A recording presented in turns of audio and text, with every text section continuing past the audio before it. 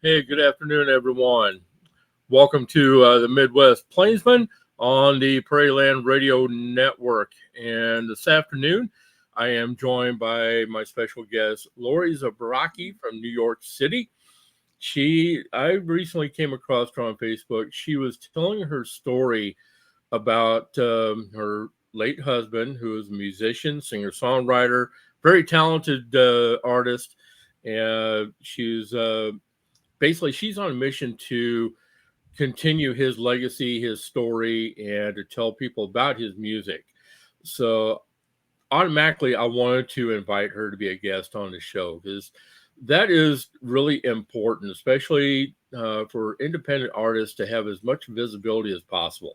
So that's what we're all about here. And Lori, I just want to thank you for taking time out to come join me. Thank you for asking me. So, um, let's just get right into this. When did your husband first get into music? He was 6 years old. He started studying guitar when he was 6 years old, and he practiced every day. And as the story goes, he took that guitar with him everywhere. He took it to school, to church, to Boy Scouts, everywhere. And he studied. I want to say 4 to 6 hours a day is what he and his brother backed him up. So he is a lifelong musician. Excellent. And from the way that you were describing him with what you sent over to me here, um, basically the music is and the people is what mattered the most to him. And from what I'm reading here, when he was younger, he was on the path to stardom. He got the attention of people like Nile Rodgers and played with Mariah Carey, Billy Joel, the Beastie Yeah, Boys, yeah, just just to name a few here. yeah. Um, and then it really sounds like the path that he was on was to create the music for people who had a love for music and really enjoyed it. Yeah, he it was absolutely his life. It took him around the world, because he was playing with people and he was on tour with people. And he got the attention because he was so good at guitar was his instrument. He was so good, people just loved. And he had rhythm and it was the 80s and it was crazy and he fit in the party. So yeah, he always wrote songs since he was little, like, little ridiculous songs. And he grew into this incredible songwriter that just, after he died, we found some of the songs he hid away in his computer, and it was just incredible. Um, they make people happy. They make people know that they're not alone. You know what I mean? You can Mhm. identify. And because he played with so many people, so many different genres of music, he was able to write for everybody. So he became a session guitar player. He went out on tour with other people and he wrote for people. So yeah, that was the path that he was on when he was younger. And like I said, that was in the 80s. That was his heyday. And if I can tell you why you don't know his name, unless you're from New York, his mom got sick. And so he wasn't thinking, because not only was he an incredible musician, he was an incredible person. And he just liked to help people. That's what he did. So when his mother got sick, he didn't put away the guitar, he put away the tours. And he became a producer. So he still was able to write and record, but he did that for other people. And so he always recorded his own music and he always played for himself, but that got tucked away because he needed to help his mom out. Mhm. And so that's, what happened there. That was the big event that changed. Um, and if I can keep going, Go ahead. yeah. So when we got married, he was doing his musician. He always made a career out of music. It was just not the career that he was really destined for. And he was once again getting attention. He did an album called Left of November, which is a CD back when you actually printed CDs. And it was his guitar solo, and it was really fun. He had so much attention there. He was writing for Guitar World magazine. That's the digital magazine. And, you know, it was like he was older, but it didn't matter because we had the internet. So he was going to try and get some attention and go on that music path again. And then I got cancer. And, you know, he put aside himself to take care of me. So that was the second thing that kind of stopped him. And another reason why, if you're not from New York, you don't know his name. And I'm fine, you know, everything was fine, but he's just the kind of guy. He came with me to every doctor appointment, every chemo treatment I was in. He would bring his guitar and he would play and sing. And the nurses would come by and be like, "Oh, this is so nice." And it was just lovely. But he put himself aside. So, you know, anyway, it was a 3-year battle. And he just, you know, got back into recording for other people. But he decided, you know, we talked and it was like, you know, you have to quit. You got to do your own thing. And he was on that path and he started recording for himself, and so many beautiful songs that he wrote that he was going to, you know, release. And he was going to do another guitar CD. But it was too late because he passed away in the middle of his project. So that's why I'm here. That's why I'm like I said, me and his nephews and their girlfriends, we were in the computer going through some of his things, and we just found all of these incredible songs that he was recording and was going to release. So we are actually in the process of putting them together. His nephew is also a producer, musician, trained by Ron. And he's going to put together a CD that Ron was going to release. He's just right now in the process of mastering the songs. He's also recording with his girlfriend Sing. So they're recording and they're going to release some of his other music that he wrote for other people. So that's what we're out there. That's what we're doing. Well, we're definitely going to be sharing some of his YouTube videos and his music for everybody today, because that's the whole important thing here, is to share his music with everybody. Yeah. And so people can get to know him through his music.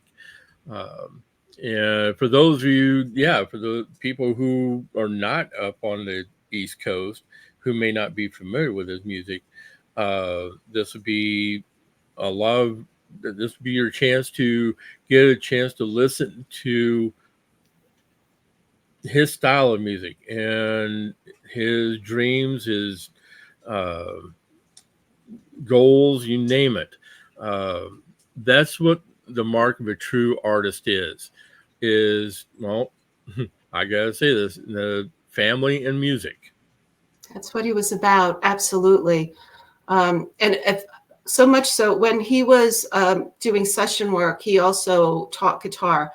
And there were times when his students would have some crisis, a father passed away, or there was a family crisis. And instead of being like, well, you have to charging everybody every single cent in order to help people out, because he knew when you're going through crisis, you need a distraction, but you can't always afford a lesson. He would give guitar lessons for free because he knew that people needed the distraction.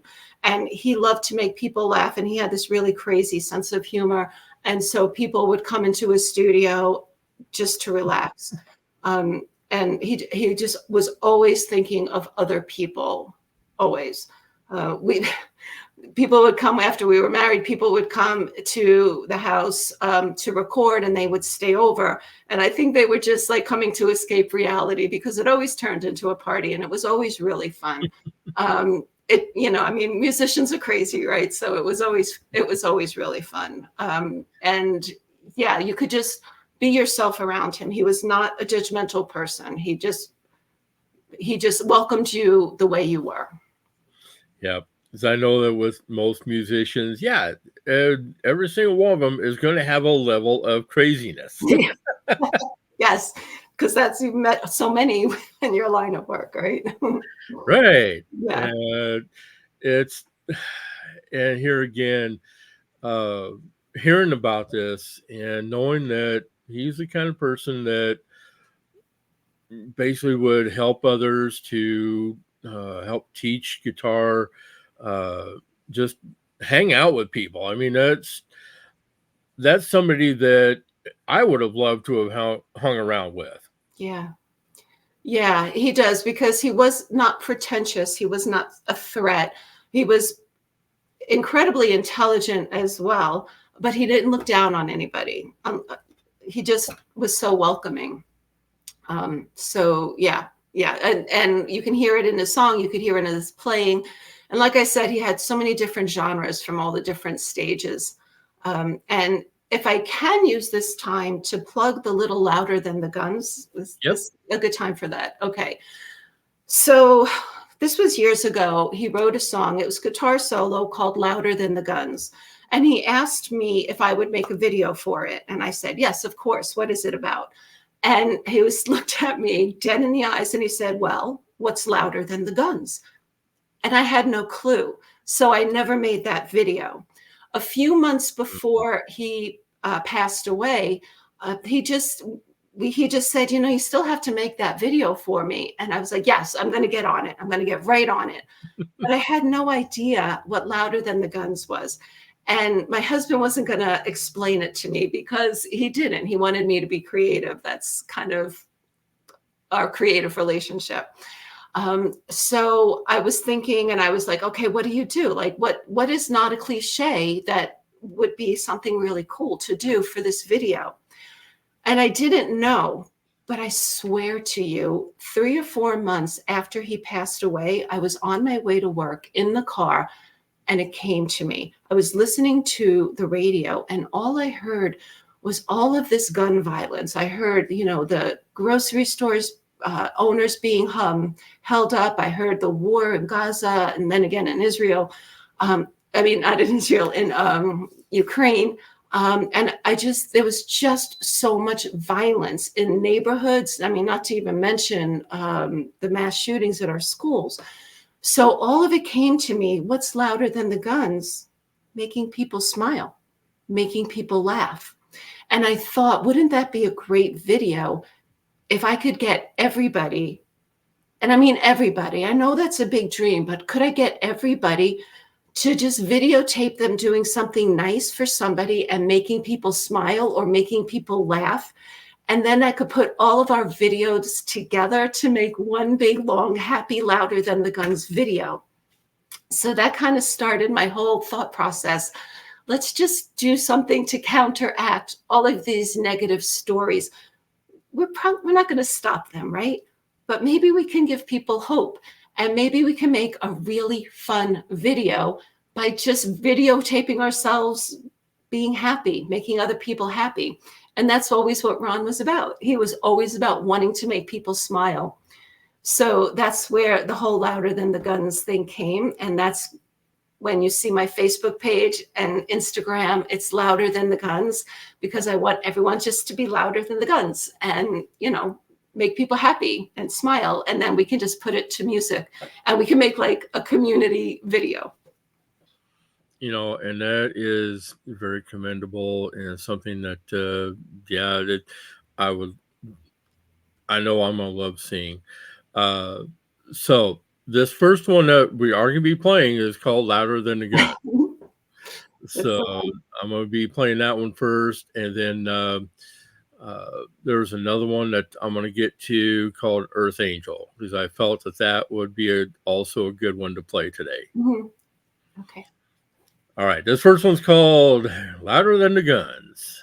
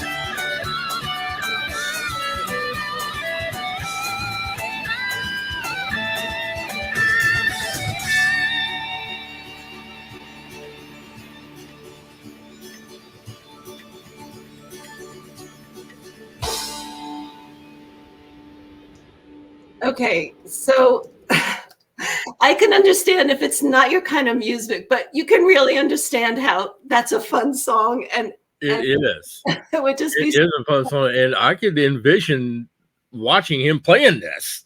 right. Yes, definitely. Yeah. I just think if the song makes people smile, I think a video should make people smile. And so my campaign is I want to make a video. I think it'll be really fun. I think it's a great song. And I'm sorry I didn't have the idea before when he was alive, but sometimes Well, things.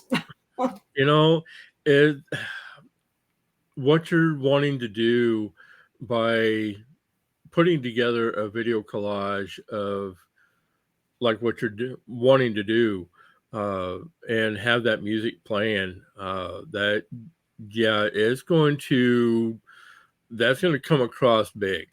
Thank you. Yeah, once you get that completed, I'm definitely going to want to see it. Thank you. I will send it to you. Because, like I said, I can envision him playing that and having fun playing it. Yeah. That was the greatest thing, as he never smiled so much as when he was playing guitar, because all these little things. And if there was another guitar player in the room, it would always turn into like a duel. Turn into a jam session. Yeah. It was always fun. Yeah. And if somebody thought that they were a little too good, he'd make sure, he put people in their place, but he was put in his place also. So. Well, turnabout's fair play. Yeah, absolutely. And I've been around enough musicians and I've heard a lot of different guitarists, and I gotta admit, he's right up there with them. Yeah. He absolutely, he was playing, with the big boys, right? He was in the game. He was one of the boys for quite some time. It's just, life takes over, and he chose the path of humanity and taking care of people. So, yeah. All right. Now, this next one, like you said, this next one I was going to get to. This one's called Earth Angel, because it just felt right to have this be played today. Yeah. So what was the story behind this one? So that there was some time when he was recording a lot of doo-wop groups, and they were I want to say they were very traditional doo-wop groups, but it was also the time when like the Backstreet Boys were already out. But he wanted to update what a doo-wop group should sound like. Oh, So he okay. thought Earth Angel, and he just said, how would NSYNC do it? Or how would the Backstreet Oh, Boys do okay. it? So he was basing this off the old 60s version of Earth Angel. Yes, absolutely. Okay, gotcha. Yes, and so that's what that was, and I just fell in love with it. Because it's all him, all the vocals. He did everything on that. So it really shows you how he can interpret a song and his vocals and how lovely they are. Excellent. Mhm. Yeah, okay. This is gonna be the first time for me hearing this. So yeah, this is gonna be interesting. So Yeah. this is called Earth Angel. Mhm.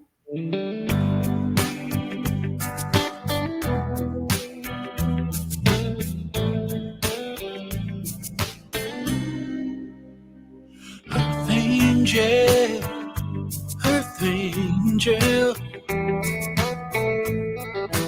will you be mine? Ba-da-da-ba-da.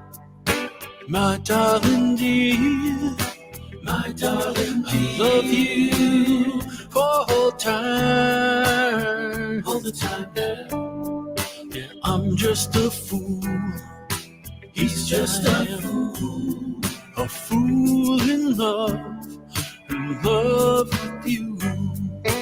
He's just a fool. He's just a fool in love. Earth angel, the one I adore. I'll love you forever and evermore. I'm just a fool. He's just a fool in love with you. He's just a fool. I'm just a fool in love with you. I fell for you, and I knew the vision of your love remains.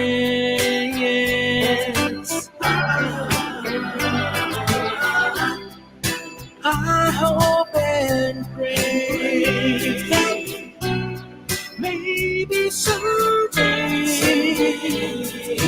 back in my arms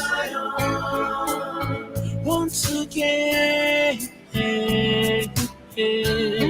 Oh, earth angel, earth angel, won't you please be mine? Tonight, my darling dear, my darling, I love you for all time. I'm just a fool, he's just a fool in love with you. He's just a fool in love. Oh, you. He's just a fool. He's just a fool in love with you. Love just with you. Love with you. Love with you.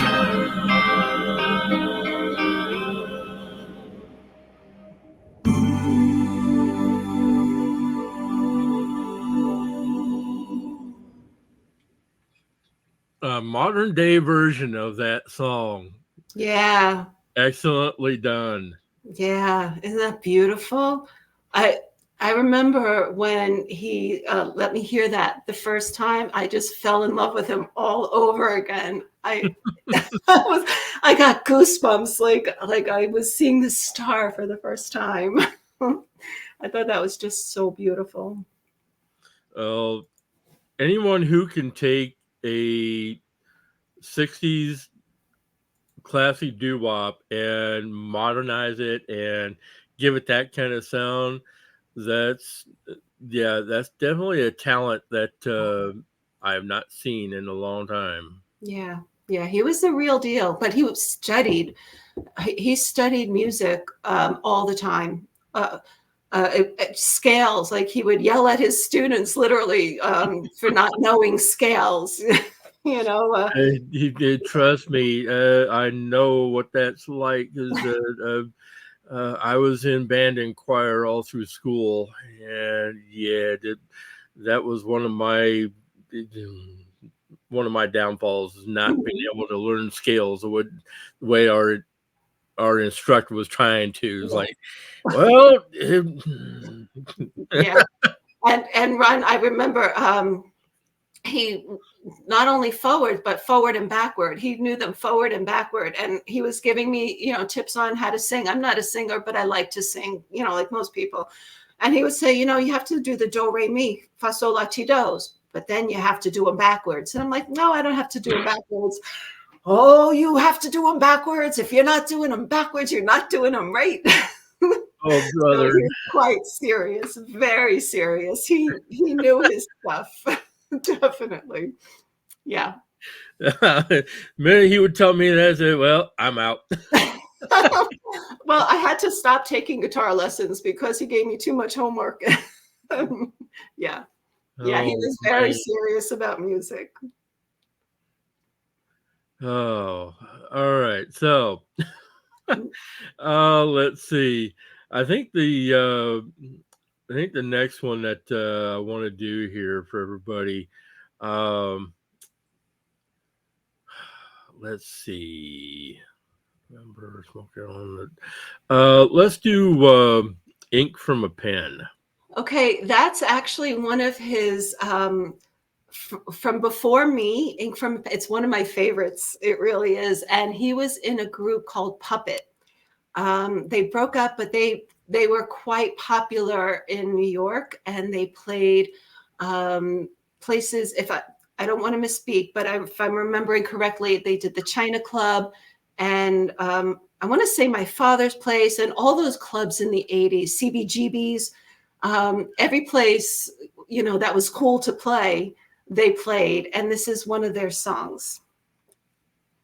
Excellent. Yeah. You know that, basically when you're up there on the East Coast, you're going to wind up playing with the big boys, because that's where the majority of them were at. And I mean, because right now, New York is the hub for a lot of great music. So is Chicago right now.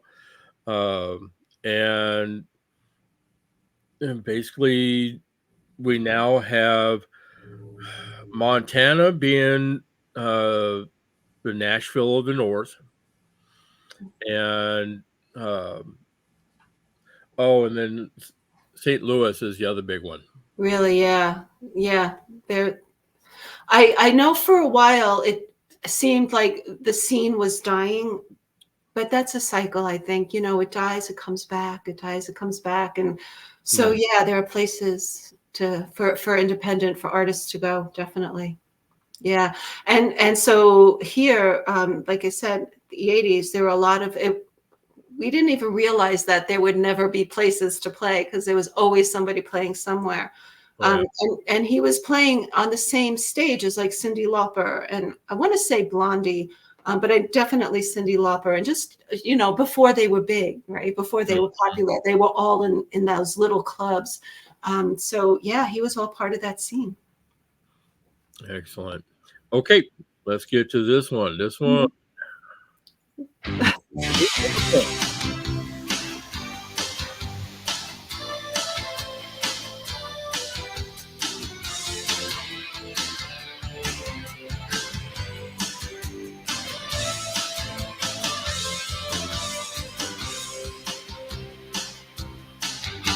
The ink from a pen or a tear from an eye, the goodbye. Hurt from my soul to my heart, through my skin for the whole world to see. I'm starting to bleed, cause she's not with me anymore.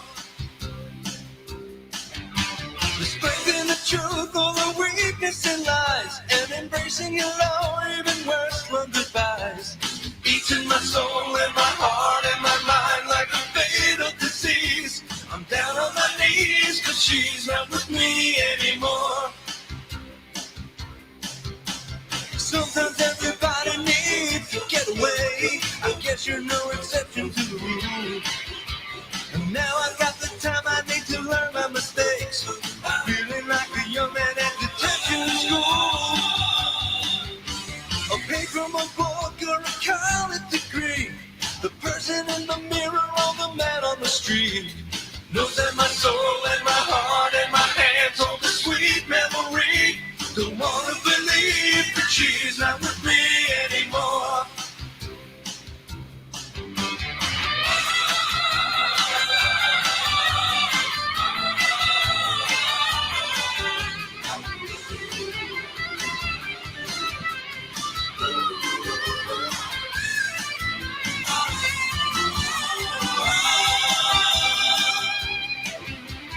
Sometimes everybody needs a holiday. I guess you're no exception to the rule. I'm taking all the time I need to learn my mistakes. Feeling like a young man being kept after school. A lesson in love or a lecture on hate. Creating tomorrow or accepting our fate. Burn through my soul, to my heart, through my skin for the whole world to see.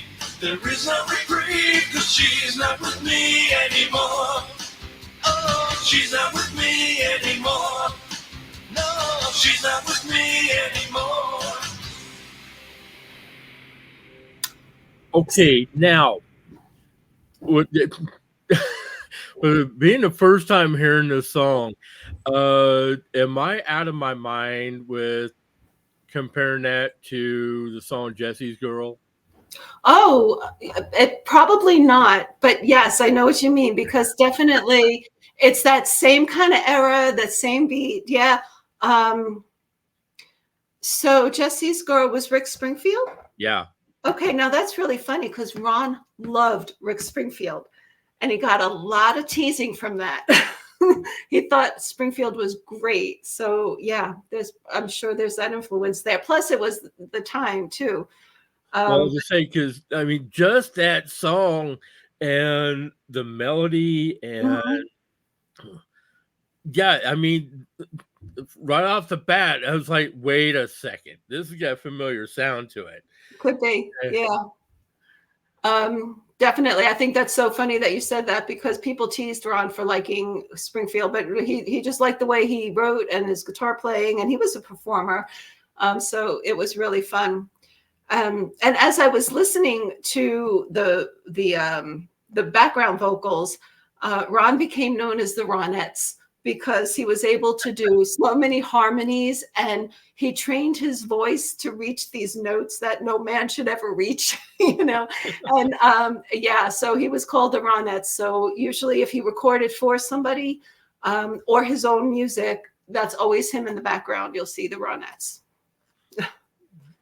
I just say, because, well, yeah, speaking of being able to hit notes that no one should ever be able to, I mean, I'm having a mind blank, but the one performer that there's that one note at the end of the song where he hits it and he holds it forever. And I mean, it's like, yeah, way up there. So at the time, I don't think anybody believed that he actually could do that. And, you know, it's so funny, but you can train yourself because I remember Ron doing it when we were married. And I would just, every day you go a little bit higher and a little bit higher and you hold it a little bit longer, but everything is practice. It, you know, you work at things, you work at it to make it good. Just anytime I still hear that song come across, it's like, yeah, nope. I know Journey. I can't remember the singer's, but for yeah, Journey, Journey. yeah, definitely. Even I want to say Ian Gillan hit some high notes, and there were a few singers out there that went crazy. Well, now you can all basically people can also find it on Instagram and Mhm. on Facebook. Yes. Uh, now, are those the only two that you've got going up right now, or because I Yes. noticed that there was a link for his website? Yes, he does have a ronzobrocki.com. And Okay. I absolutely, you can go in there. I haven't touched it since, but it's still there. But you can't buy. I mean, you can buy the CD download, but it's not hooked up anymore. So, but you can hit ronzobrocki.com. Absolutely. Okay. As I say, for the people who do want to be able to get his music after listening to this, Oh, yes. I mean, is there a way for people to be able to still get the music, Yeah. or? Yeah. I've been good. I've been learning. It's all new to me. It's all new, but I'm learning how to do everything. So there are songs released on Spotify and YouTube. He's got a few videos on YouTube actually, but you can definitely download from Spotify and YouTube, and I think Amazon Music as well. So you can definitely go to the normal, to the typical ones. Definitely, yes. And like I said, we're finding things, and it's like an archive, right? It's like we're in a computer digging out all these great songs. So we're going to be putting more and more things together and releasing them. I have wonderful, wonderful family and friends are putting together videos for other songs. Louder Than the Guns is going to be a whole worldwide thing, right? But we're going to put together videos for the other songs. So we're absolutely getting his music out there because it makes people smile. And that's all that matters. Yeah, That yeah, really is all that matters. yeah. And I'm really going to be looking forward to hearing all of this once you Thank you. and got it put out for people. Uh, and especially the video montage that you're going to be putting together for Louder Than the Guns. I'm really going to be looking forward to that one. Yeah, that's going to be good. So people send me stuff, send me smiles. Just take pictures of smiles, videos of smiles. I think that could be so wonderful. It's such a change, something that I think, bring us together instead of tear us apart. I am really happy that you're doing this. Thank you. And that was the whole reason why I wanted to invite you on here so that you could share his story, his music, and the legacy that you're carrying on. Thank you. And I cannot thank you enough. Thank you so much for asking me. This is huge. And I just thank you. You are very welcome. And like I said, I'm gonna be keeping up to this, Okay. and I'll be keeping in contact so that I can definitely help to share the music. Because, Mhm. like I said, not only do I do this, but I also do internet radio as well. So I'll be more than happy to play his music on and add his music to my library so that his music can be heard on airwaves. That would be wonderful. Thank you. Thank you so much. You are very welcome. Now, is there anything else that you would like to convey, or any goals that you've got set for what you're doing? And I think I pretty much covered it. I think, I don't have a timeline for Louder Than the Guns, but I'm going to be out there making people smile and videotaping it too. So that'll be fun. We are in the process, like I said, of getting his singer-songwriter, it's CD out. So that's going to be great. And yep, I think, yeah, I said everything that I okay, could think of. Of well, course, once I'm let's see. Now, being able to put out a CD, I know takes a lot of effort, takes the funds to do it. Uh, are you running any type of like GoFundMe or anything like that to assist with getting that accomplished? thank you for that. But no, I hadn't even thought of that, but thank you so much for that. We're gonna do it the old-fashioned way. I've got, Ron did most of the work, honestly. It's in his computer. His nephew is the producer. And so he's going to be able to do it, and then we'll release it. So we're going to do it the old-fashioned way and, sell it. Yeah. Although I don't think we're going to sell actual CDs. I say that, but I think we'll just do downloads, because I think that's what people do now. Well, yeah, the electronic forms of downloads. That is the big thing. There are some people that do like to still have a physical CD to be able to play as well. Right. Because there's still a lot of us old school people that, we do like to have the CDs. And I hear vinyl is back. The kids are liking vinyl. Vinyl has made a huge comeback. Yeah. And now, granted, that takes a little bit more to get done. Because right now, from what I understand, we're down to one warehouse that's doing all the vinyl presses, CDs, tapes, you name it. We used to have like 2 or 3 warehouses that are doing that. We're only down to 1 now. Okay. Well, that might be in the distant future. Yeah. Not right away. But, that is an option for you. And I will do everything I can to help get the word out to help support what you're doing. Thank you. Thank you so much. This was fun. Thank you. You are very welcome. And I know that we've had at least a couple of viewers stick with us today. One of which is my good friend, Melissa Anderson. She's down in Kentucky. Oh, okay.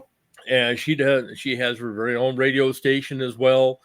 And she plays a mixture of music on that station. So always welcome her to be a part of this. And hopefully you'll be getting some feedback from her as well. Wonderful. Thank you. That'd be great. You are welcome. Okay. Thank you for taking time out to come join me. I do appreciate it. And I've enjoyed the time that we spent together. And like I said, I will definitely be keeping in touch with you and keeping on top of what you're doing. All right. Thank you. I look forward to talking to you again. All right. Very good. Been listening to another edition of the Midwest Plainsman on the Prairie Land Radio Network, and with Lori Zobrocki. And we've been playing her late husband's music and getting to know more about Ron and his legacy and what he started. So you could be hearing a lot more of his music, because I'm definitely going to be making sure that I add his music to the library here. Anybody has any questions, feel free to reach out to me directly via email at themidwestplainsman@gmail. And then also be sure to check out the Facebook page and also the Instagram page for Louder Than the Guns. And you'll still be able to listen to all his music, and you'll be able to find the music on YouTube as well. Have a great day, everyone. And we're going to be out of here for the day, and more to come later on right here on the Midwest Plainsman. Have a good one.